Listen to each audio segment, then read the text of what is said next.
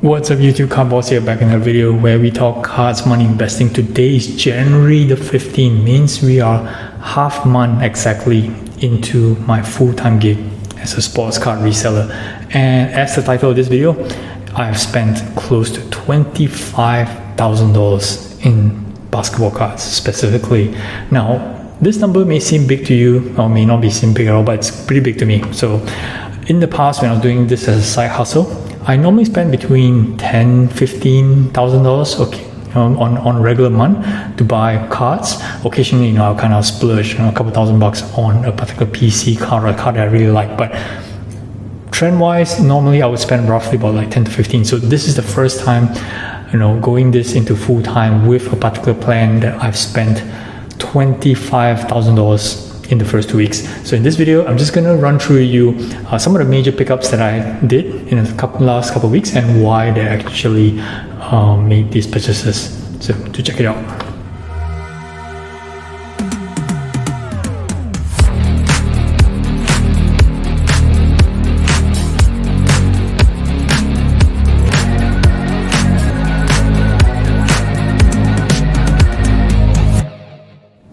Okay, welcome back guys. So before I get into the list of stuff that I actually bought, over the last 2 weeks, I'm just going to run through you quickly on the mindset I have in terms of what kind of cards that I'm actually focused on and what's the actual strategy that I have in terms of buying. So I think a lot of you guys are quite familiar that I'm actually a 90s guy, so I enjoy 90s inserts, more so than the patch autos, the ones that you see lately. I do pick up some of these, but generally I tend to gravitate more towards the 90s. Now it's pretty ironic because I started collecting basketball cards since 1993, but I kind of stopped in 1997 to focus on Magic the Gathering. So it's only when, as you guys know, right, from 97, 98, that's when all the big 90s inserts starts to pop up, the precious metal gems, and jambalayas, credentials, and all those fancy inserts. So I kind of missed that era, and now I'm coming back to that particular era and really enjoying the stuff that I buy. And I think that from a market perspective, there is definitely a lot of demand on these inserts, or there's a resurgence in this particular demand. So my buys tend to gravitate towards it, but of course not exclusively towards this. So I'm going to run through with you a couple of things that I pick up, the major ones. I'm not going to run through all the list of things that I bought equate up to 25,000, just all the bigger stuff. So I'm going to start off with this one here, 2003 Essential Credentials Vince Carter BGS 9, that's number A2. Now, this is a Pop 2 with 3 9.5s. Now, I think you guys know, right? So Essential Credentials, one of the biggest tier 1 inserts from the 90s. Started in 1997, even though Vince Carter didn't have one in 97, he was only drafted in 98. This one here, 2003, so this is kind of like year 5 now.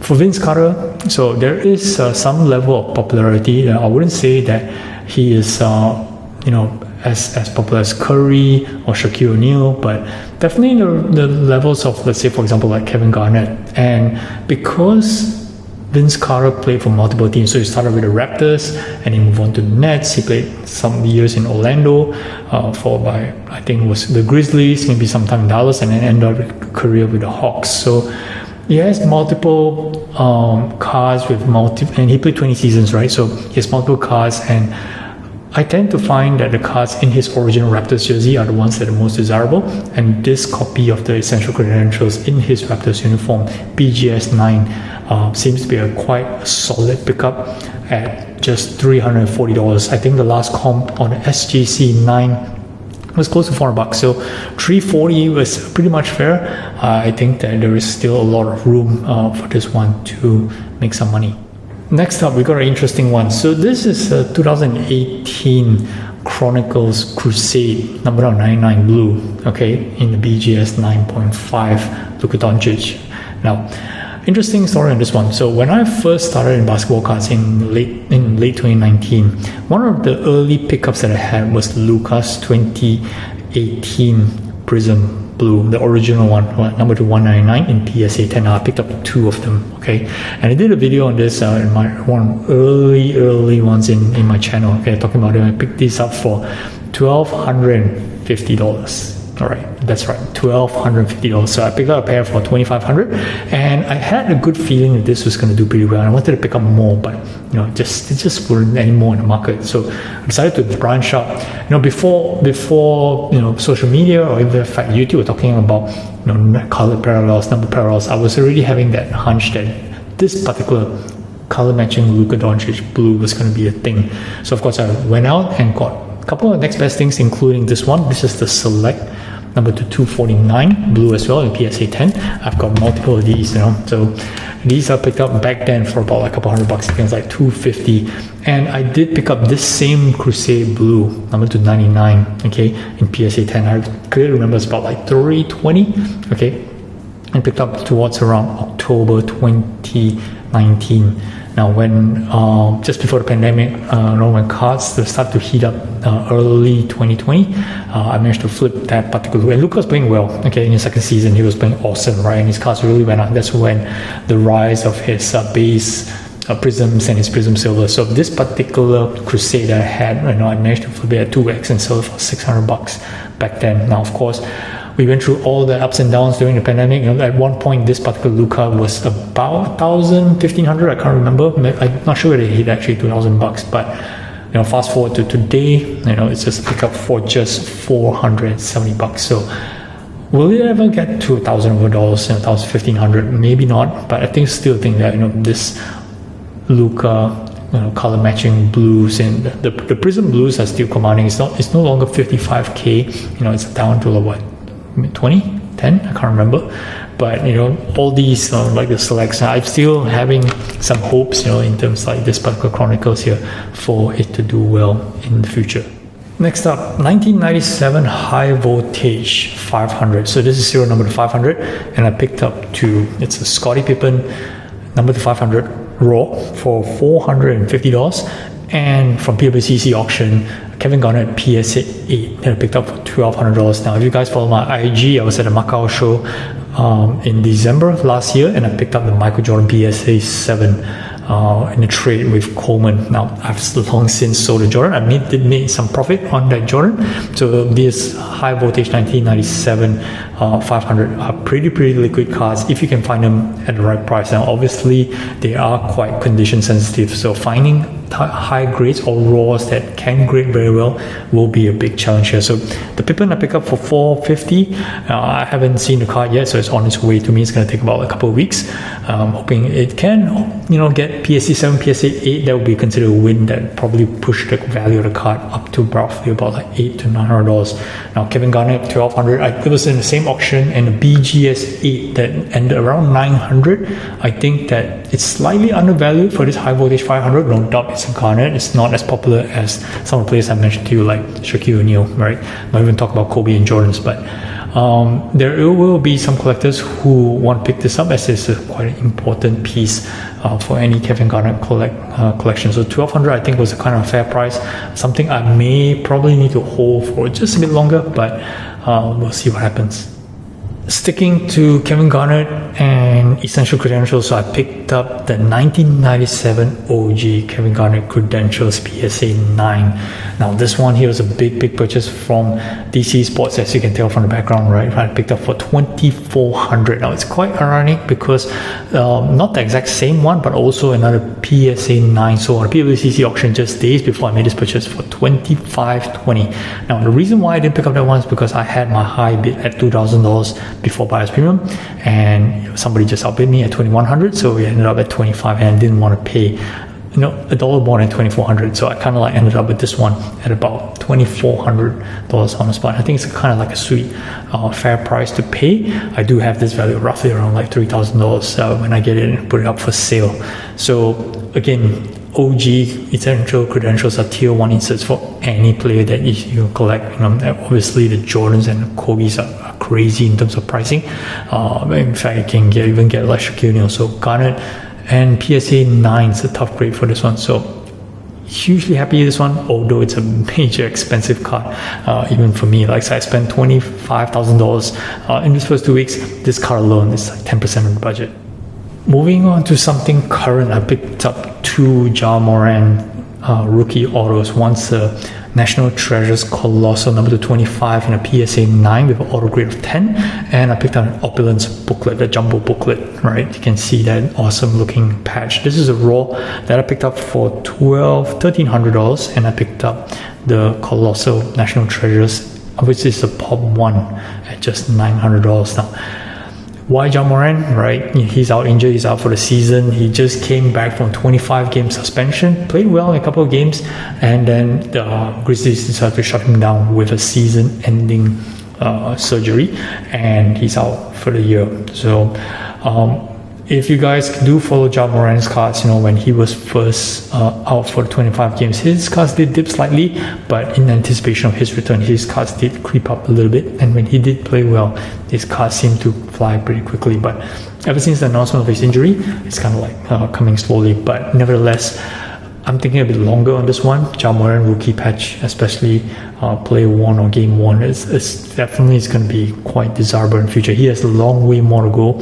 So I will keep an eye out for Ja Morant, okay, even though it's not a play for this year, but there are some cards that you gotta buy and you gotta just think a bit longer than just a couple of months ahead. Now on to a big Kobe. So this is a 1996 Flair Ultra Platinum Medallion parallel, okay, in a BGS 8.5. Now I paid $2,600 for this one. It's huge. I think I maybe overpaid a little for this one. I reckon a fair price on this platinum medallion would be around maybe $2,400. But they don't come up pretty often, right? So I seen the BGS 9 ones that close for much higher. I really wanted something in a stronger grade in terms of BGS 9, but I'll take this one at 8.5, at $2,600. Again, this is another one that's, I gotta look for the right collector, right? Platinum medallion is a high tier insert that's should be any major Kobe collector. It's just the grade of 8.5 seems to be the one that might just put people off, but it's highly liquid, right? So when you come to buying these kind of high-end cards, I wouldn't call high-end more than like 10,000, talking about spending 2,600. It's not something that you take a huge chunk of risk. You can probably sell it, maybe recover back your exact loss, maybe lose a little bit, a couple hundred, but the upside on having a top tier Kobe parallel, in decent, semi-decent grade at 8.5 seems to be worth the risk for me. Okay, 2 more cards to go, right? So the second last card I'm going to talk about is the 1997 EXL, EX 2001 Jambalaya Shaquille O'Neal PSA 8 that I purchased from PWCC auction. This one's mentioned by my buddy Brian from Cajun Cardboard. So I'm the one who picked up that particular Shaquille O'Neal for $2,500, $2,600 around there, okay, which I think the fair value based on the previous comps was roughly about like $3,000, $3,300. So kind of like a steal. I was prepared to pay close to $3,000 full comps on this particular one, but ended up closing much lower than I thought. Now again, Jambalayas, first year Jambalayas, awesome colors, awesome insert. Shaquille O'Neal, perhaps the third best 90s player behind Jordan and Kobe in my opinion, okay?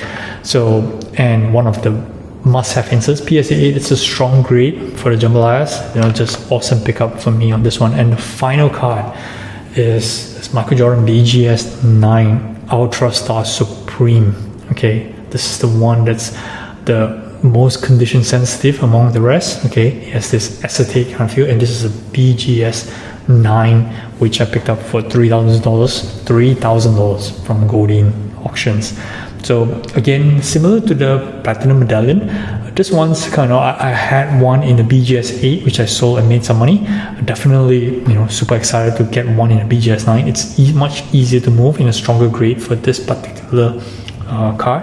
So I foresee this one's gonna do pretty well for me, I think, I believe. So that's basically why I picked it up from Goldin for a big chunk, $3,000.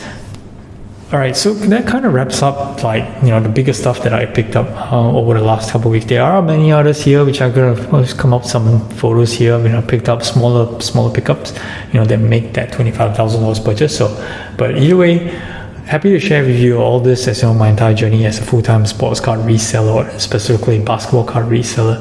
So, and these cards will be appearing in my eBay store, which you can find in the link to my new website here. Actually, if you can see right down here, cardboss2021.com. So the reason why I actually set up a landing page for myself is basically, I have people from YouTube asking me, hey, can I get a link to your eBay store? Or I have people from eBay, hey, I heard you're doing YouTube, can I get a link to your YouTube? So I just decided to make a landing page that has both, links to my eBay store and as well as to my YouTube channel. So for people to have a look at some of the stuff that I have available for sale, as well as some of the content I have to share. Alright, that's all I have for this one, guys. Do like and subscribe for my channel. Till the next one, Cowboys out.